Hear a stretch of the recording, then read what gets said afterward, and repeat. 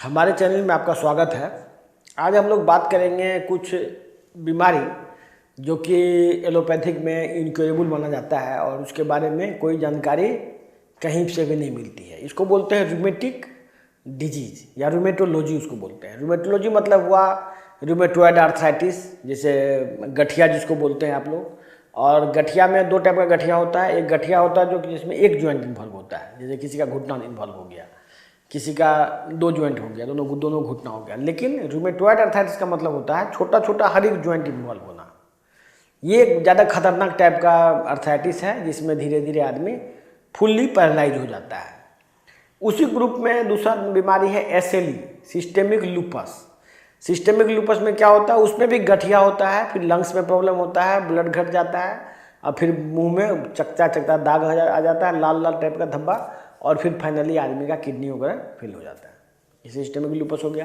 उसी टाइप का फिर बीमारी है multiple sclerosis. Multiple sclerosis brain में होता है, जो कि ब्रेन का अलग अलग पार्ट को वो इन्वॉल्व करता है, व्हाइट मैटर में होता है और उससे फिर पूरे बॉडी में पैरालाइज मार देता है धीरे धीरे करके।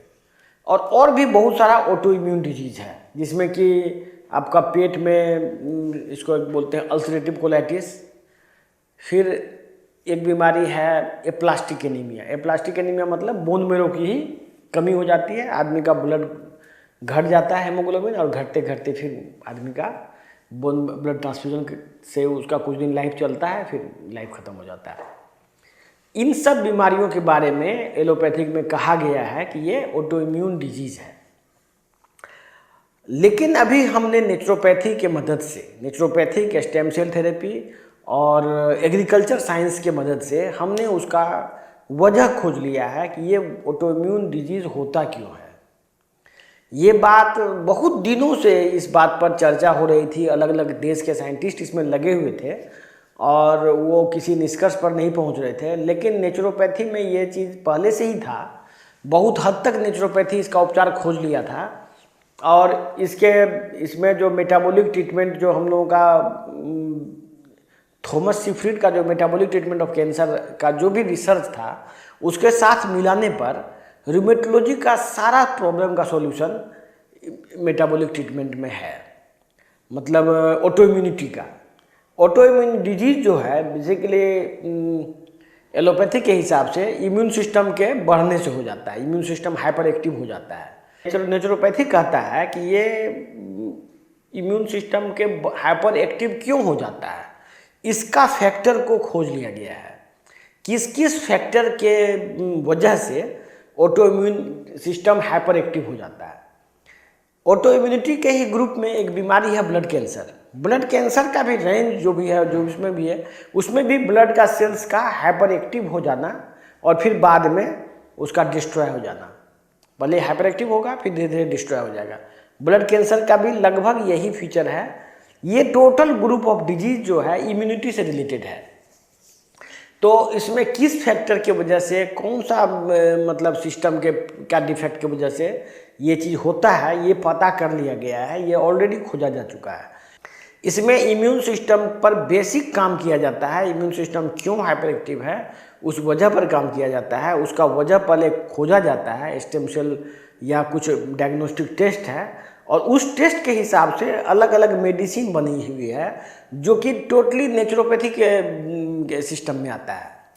एक और बात है कि एलोपैथी के फार्मास्यूटिकल ड्रग मैन्युफैक्चरिंग में बहुत सारा बाधाएं होने की वजह से लोग जो भी नए रिसर्च करते हैं उसको नेचुरोपैथी या फूड सप्लीमेंट के रूप में ही मार्केट में लॉन्च करते हैं। ये भी उसकी मजबूरी है, क्योंकि एलोपैथिक का जो फार्मास्यूटिकल्स है उसका एक अपना रूल है, अपना रेगुलेशन है, और प्लस उसका ये कहना है कि इससे बीमारी, यदि कोई बीमारी ठीक हो रही है उस दवा से, तो उसको वो मैन्युफैक्चर होने नहीं देंगे। तो वो देंगे नहीं मैन्युफैक्चर होने, तो लोग मैन्युफैक्चर कोई कैसे करेगा।